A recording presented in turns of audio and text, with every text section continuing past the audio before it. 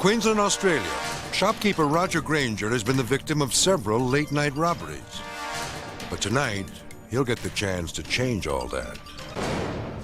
A pitchfork-wielding bandit rushes into the store, demanding that Roger hand over the cash. Rather than give in like so many times before, Roger decides he's had enough. I just said, no, you're not getting it. You work for it like I do.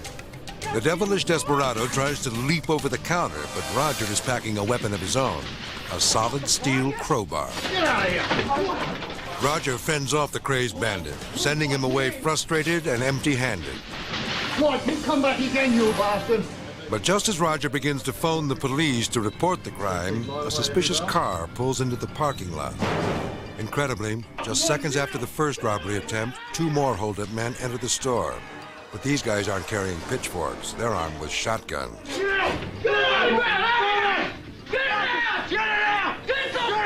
Staring down the barrel of 2 loaded guns, he wisely forks over the cash. Roger loses this round, but gets the last laugh when he reports the robber's license plate number to the police. Despite numerous robberies, Roger continues to operate the store.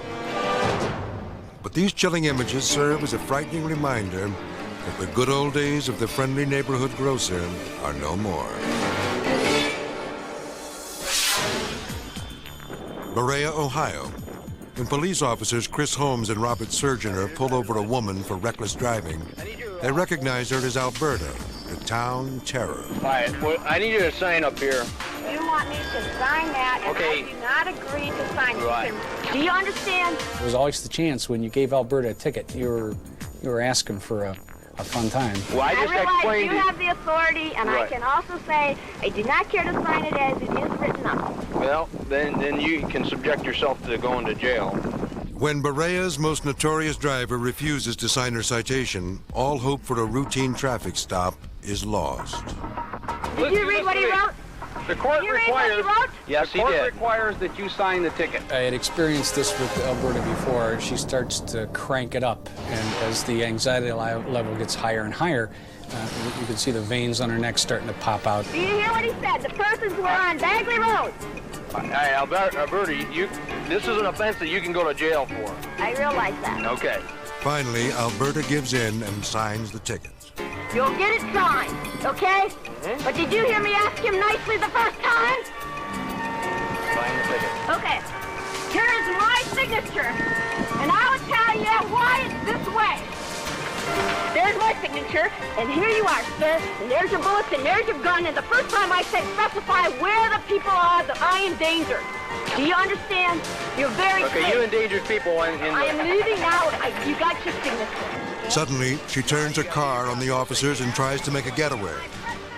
Get out of the car. Get out of the car. No. Get out of the car. No, sir. Get out of the car. No, sir. This reckless maneuver buys her a ticket to jail. I signed your paper. Do you hear it? This is my personal Turn property. around. Turn around. This is my personal property, and you have offended me. Do you hear me?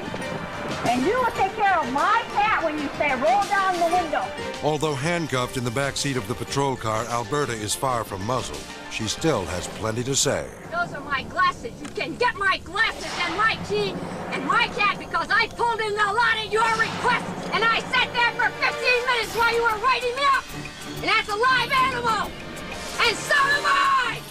And yes, your mother screams too. Alberta's reckless driving days are over. As soon as the judge saw what these officers had been put through, he took away her license for good.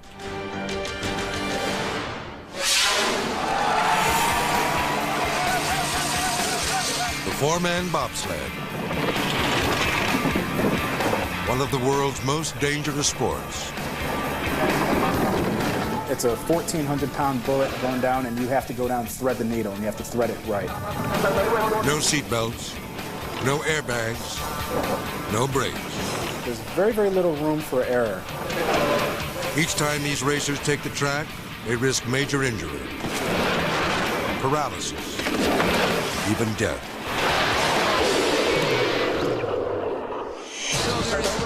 Lake Placid, New York.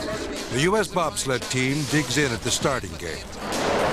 This notorious stretch of ice has taken its toll on many racers.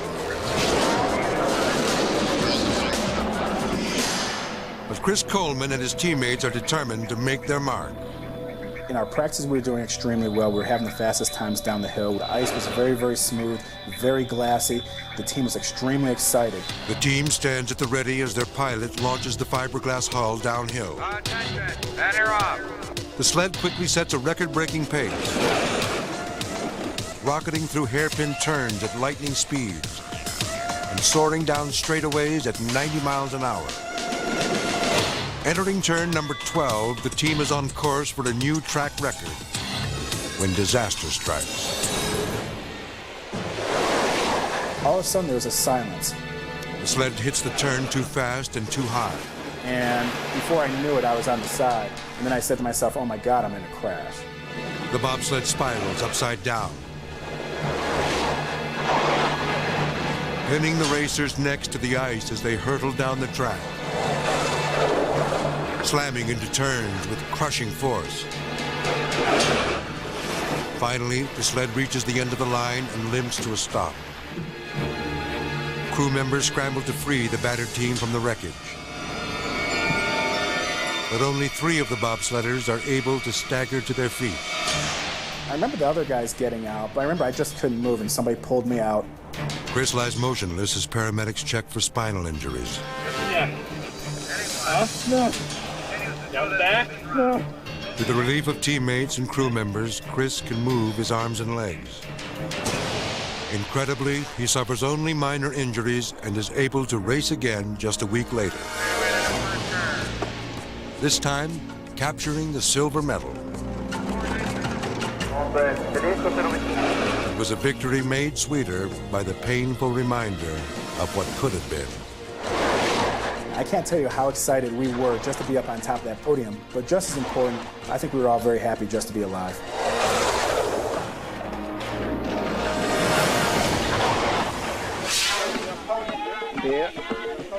Zambia, the bush country of southern Africa. Hank Boysick and his buddies are going on a safari. They've brought along a video camera to capture every exciting moment of their expedition. Their small plane barely makes it over the hills at the end of the runway. Then the pilot turns to the group with startling news. The pilot said, hang on, I think I'm a bit overweight. It gave us a little bit of a fright, but we were in the holiday mood, so we forgot about it. We're filming, okay. We're slightly overweight. Wait. Oh, that's good. They don't realize that the overloaded plane is losing altitude, and fast.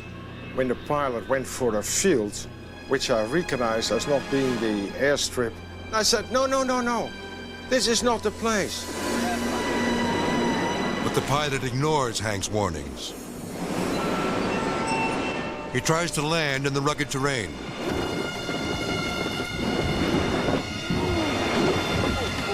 But when the plane slams violently into the ground, the pilot panics and shoots back up into the air.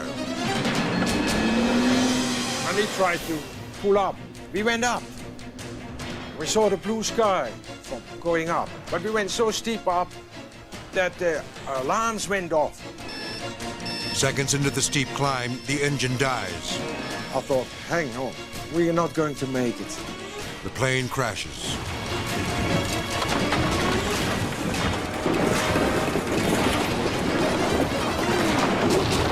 Its right wing exploding into flames. It was silent for half a minute. And then you saw the flickering flames. Then I realized we're getting roasted here. Get out! Somehow, the group manages to escape the wreckage. There were no landing gear anymore. Engine was off. Part of the wing was off. Miraculously, the men survived the fiery crash. But now, they find themselves stranded in the middle of the African bush. But luck is on their side. Local villagers see the fireball and come to their rescue. After watching their horrifying vacation video, Hank and his friends feel they are blessed. Thank you, Lord, that we got ever out of this place.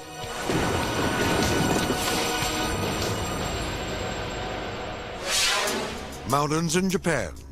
It's a peaceful day in this sleepy little village until a deep rumbling thunders from one of the world's deadliest volcanoes. A tourist videotaping the scenic landscape swings his camera around just in time to capture a poisonous cloud of ash exploding over the ridge. Known as a pyroclastic flow, this eruption of 1,500-degree gas and rock speeds down the mountain, hell-bent on destruction. The volcanic blast is a terrifying sight, especially when it is bearing down on you at 200 miles an hour. The town's firefighters make a mad dash for safety, knowing that anyone caught in the cloud's killer path will not survive. Fortunately, no lives are lost during this frightening natural disaster. But this rare glimpse of a deadly pyroclastic flow is a vivid reminder of the powerful forces that lurk beneath the surface of the Earth. The world is a scary place, where danger lurks around every corner. These are the incredible, true-life stories of people who face their most desperate hour and live to tell about it. Coming up, a fighter jet crashes into a ball of flames. How can the pilot possibly survive? Plus, a police sharpshooter takes aim, bringing a tense standoff to a shocking conclusion. And a fisherman hooks a hungry shark. Now it's the shark's turn to bite back. Then, it's a real-life Titanic. An ocean liner sinks, and the crew escapes in the lifeboats, leaving hundreds of frightened passengers fighting for their lives. And a gas truck collides with a speeding train, causing the most devastating explosion ever caught on tape. These are images so startling, so awesome, so unbelievable, you may think that you're watching a movie, but you're not. Everything you are about to see is real. Real people, real danger, real excitement. Get ready to experience the thrill of a lifetime. You are about to witness the world's most amazing videos.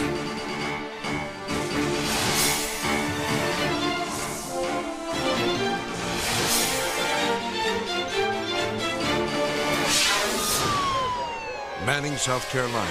The deranged driver behind the wheel of this white car leads police on a high-speed chase on a narrow country road. Chief Randy Garrett is in hot pursuit. At the time, I was scared for everybody. Two-lane highways in this state weren't built for 100-mile-an-hour speeds, and this guy was running in excess of 100. Corporal Patrick Riley is right behind the speeding suspect, recording every move on his dashboard camera. I felt that this chase would never end. I didn't know what to do but just to follow the vehicle until it stopped or ran out of gas. The suspect has a history of mental problems. Now he's speeding toward a town full of people. We can't let him get to the city limit. Desperate to stop him, the officers manage to blow out his tires, sending him careening off the road. Base, he's 1050 and he's 1050. Negative, base back on the road. But the driver regains control and barrels into town. More squad cars join the chase. Negative, 1010. With its tires badly damaged, the car limps into a gas station. It looks like the chase is over, but suddenly the suspect tries to escape. Chief Garrett makes a bold move to sideswipe the fleeing car. It rams into a fuel pump and catches fire. I thought anybody within 100 yards of the service station was in danger. We're basically sitting on a big nuclear bomb. I mean, we had over 9 gas tanks. God only knows how many thousands of gallons of gas they hold. Garrett has to get the suspect out of the car before the fuel pump explodes. But the crazed man won't budge. A bad situation is about to get worse. Just a few feet away is a dance studio filled with children. Teacher Donna Prothrow recalls the frightening scene. And I screamed and told all the children just to run down the street and get as far away as possible. Then Donna has a terrifying realization. Camlin Martin one of her young students has gone to the gas station to buy a soda. Now she's trapped inside. Fearing a massive explosion, Chief Garrett clears the area. Still in the vehicle. Gas tank's on fire. Then he puts his own life at risk. And I had to get him off that pumps if I could. Ignoring his own safety, Garrett jumps into his car and attempts to push the suspect away from the flames. He has no idea that the frightened little girl is inside the station. And suddenly, the gas pump explodes. And I thought right then that any second now this station's going up. Although in great danger, Garrett is determined to save the man's life. I just could not watch that suspect sit in that vehicle and burn to death. I couldn't do it.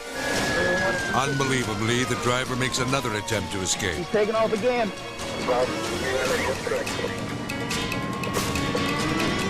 Garrett cuts him off before he can get away. The police must get the man out before the gas station explodes. Watching from the station, Camlin will never forget the fiery nightmare. I saw the guy, the car that was all messed up, and I saw the pump, and there was flames coming up from it. It was just horrible. It scared me a lot.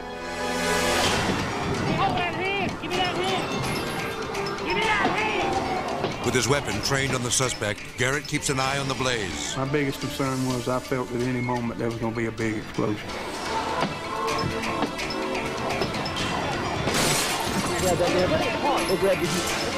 The driver makes one last attempt to flee. Got one hand in. Got one hand.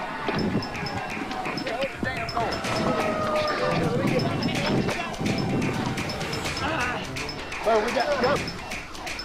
Around the front. Go to the front. Go to the front. Go pull up. The police manage to drag him out of his car. Head behind your back. Finally, they pull the man out of danger. While firefighters work to control the blaze, Camlin is reunited with her teacher and friends. When I was inside the store, I didn't cry because I was such in shock, but when I ran out, I just saw Miss Donna and all my classmates, and I started crying. Everyone is safe, thanks to the courage of the quick-thinking police chief. I was angered at all the damage that he had caused and the lives that he put in danger. But I was also happy that nobody was seriously hurt.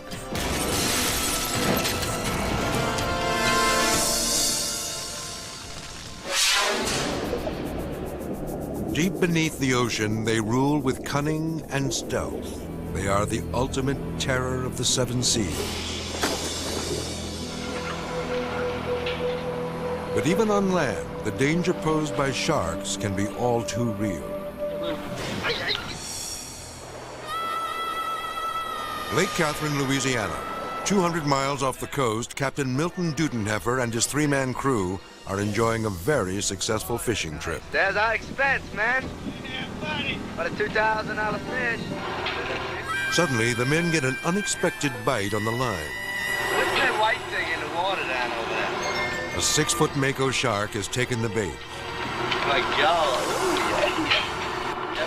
The crew hauls in their catch. Lifeless from the struggle, the once deadly predator now lies harmlessly on deck. Dead as they come, too, boy. The crewmen examine the razor-sharp teeth lining the jaws of the shark. That's a man-eater. This is your big... Deckhand Chip Salinger decides to reach in and remove the hook. There's a little bitty piece of skin down there. Oh, yeah, that's the hook. Look, he's got a little...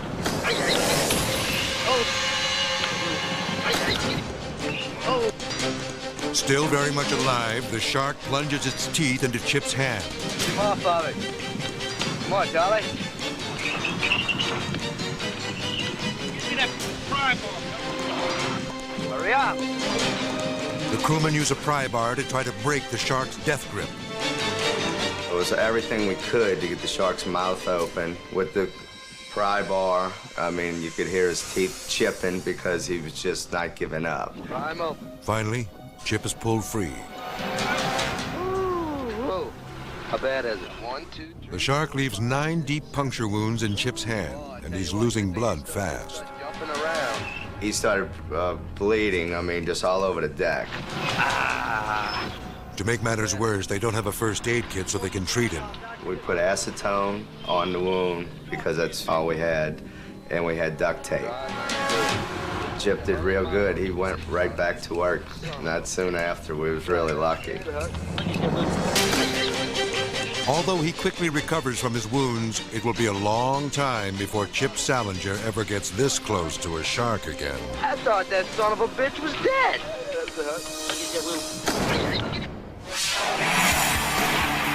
El Toro, California. Colonel Jerry Caddick dazzles the crowd at the controls of his F-A-18 fighter jet. Caddick is the highlight of the air show. He slices across the sky, performing dangerous stunts that leave the spectators breathless. Here, he executes a risky maneuver.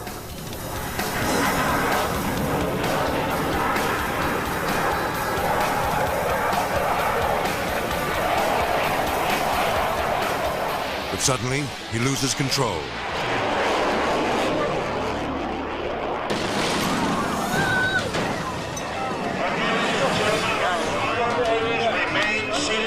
Paramedics Thor Swanson and Rick Van Auken witnessed the crash. As he came over the peak at the top of the maneuver, I thought something doesn't seem right here. There was like a building collapsing or something huge. It was a tremendously loud sound.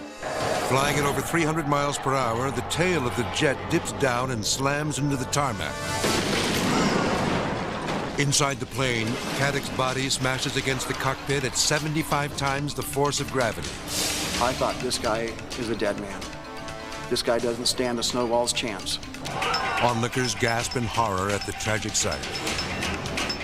Emergency crews rush to the scene. They spray the smoldering aircraft with foam to put out the flames. Now, Swanson and Van Auken face the grim task of removing the pilot from the cockpit. I truly didn't expect that we were going to pull a live pilot out of that airplane. He was unconscious, unresponsive, bleeding through the mouth and nose, and he was pretty well broken up. Caddick is virtually unrecognizable, but incredibly, he is alive. I broke my neck in 3 places. I broke 5 ribs on the left side. Broke a left elbow and punched it through the skin. Exploded a vertebra in my lower back, and I collapsed 1 lung. It only takes a split second for Caddick to realize he's about to crash. He has no choice but to accept his fate. There's no room for emotion in a cockpit. It was basically cross my fingers, and you just got to be calm and do it. Today, Caddick has made almost a full recovery from his injuries. This seasoned pilot knows just how fortunate he is. I know that I was beyond extremely lucky. I was forced to stare the devil in the face at about 6 inches. Coria, Spain. The Fiesta of San Juan is a cruel and bloody spectacle that goes on day and night during the final week of June each year. Animal rights activist Vicky Moore is on hand to document the torture of these unfortunate animals. Animals, particularly cattle, bulls, cows and calves, are tortured in the most unimaginable way for fun. These terrifying images were captured by Vicky's video camera. She puts her own life at risk so she can expose the abuse that takes place at these events. The drunken crowd sets the bull's horns on fire, driving it to sheer madness. The following day, the raging bull goes after one of its tormentors.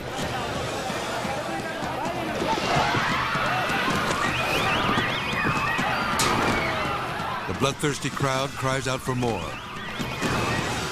The man survives the attack and escapes. Now, the enraged beast takes off down the street in search of his next victim. Ironically, as the bull rounds the corner, he finds himself face to face with Vicky, the one person who is there to protect him. I looked round the alleyway and I realized that there really was nowhere to get out of his way. The bull charges Vicky, ramming her with brutal force. She is slammed into the wall, then gored again and again. The woman is tossed into the air like a rag doll. He picked me up with his horns and threw me into the air. And I remembered what felt like a train crashing into me. Vicky lies unconscious in the street. As the bull stands over her limp body, the crowd can only look on helplessly. They can't get close enough to save her.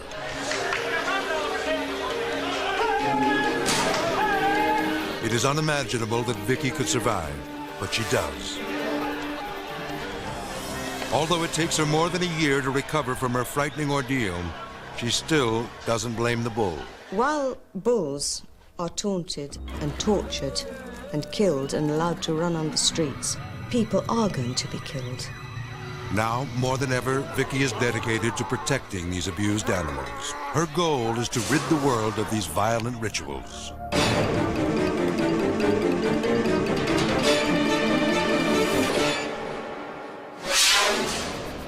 Columbus, Ohio. Police are held at bay by a distraught man who's holding a gun to his head. Sitting on a lawn chair in the middle of the road, he makes two demands. He wanted an attorney to fill out his will, and he was going to kill himself. The only other demand that he had was he wanted to see his girlfriend. The troubled man wants his girlfriend to watch as he takes his own life. Police negotiators try to talk him out of it, but the man only grows more agitated. He was irate, irrational.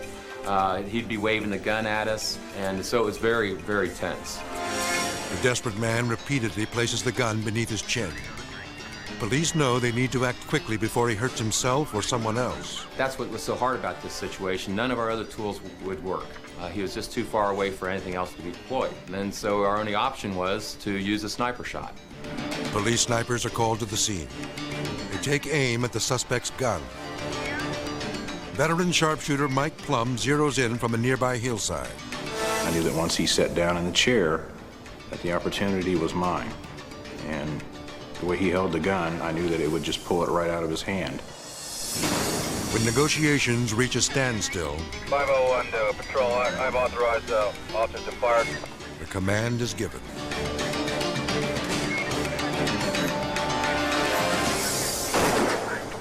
Bullseye. The man is shocked that he is suddenly disarmed. It was the most dumbfounded look I've ever seen on a human being, honestly. Clear. As the man reaches for his gun, officers charge the suspect and wrestle him to the ground. Commander 4, stand by with an apprehension. He was cut on the chin a little bit, and I think on the cheek. He was face down, and I got down into him. I said, "See, buddy," I said, "we didn't want to hurt you." And he looked up at me and he said, "That was a great shot." After a tense 2-hour standoff, the suspect is taken into custody. The sharpshooter's pinpoint accuracy shatters the pistol into 3 pieces. Today, the remains hang proudly on the wall of the police department.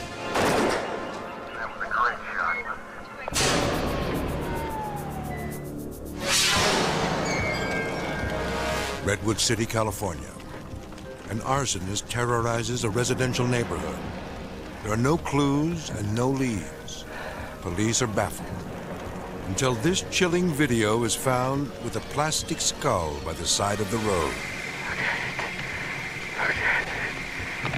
Look at the fire. This is my domain. My hell.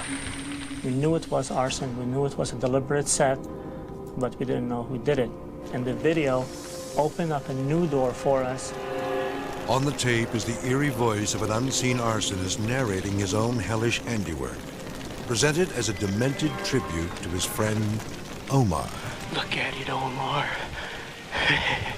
This is what I've been doing on your week's vacation. As the fire engulfs the home, the man's haunting whispers You see what I could do, ladies and gentlemen? are punctuated by sadistic outbursts of depraved laughter. The disturbed arsonist is delighted by the destruction he creates. Look at the flames. Listen to the coyotes yell. We were pretty sure that we were dealing with somebody who had a psychological problem. The fire department's trying to put it out.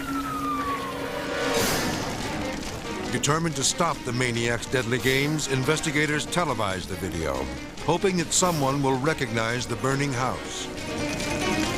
Bill Otterly recognizes the home that is being destroyed by the arsonist's sick ritual. Then it turned up it's my house. That's on the videotape. And then you heard the voice of this individual. And you go, this guy ain't playing with a full deck. Take a good look at that. And you tell me that I cannot set fire. Investigators are able to piece together various clues from the tape, which lead them to the home of a troubled man. There, they find this disturbing video, documenting newspaper clippings of 60 other unsolved arsons. The two videos provide investigators with all the evidence they need to arrest the deranged pyromaniac.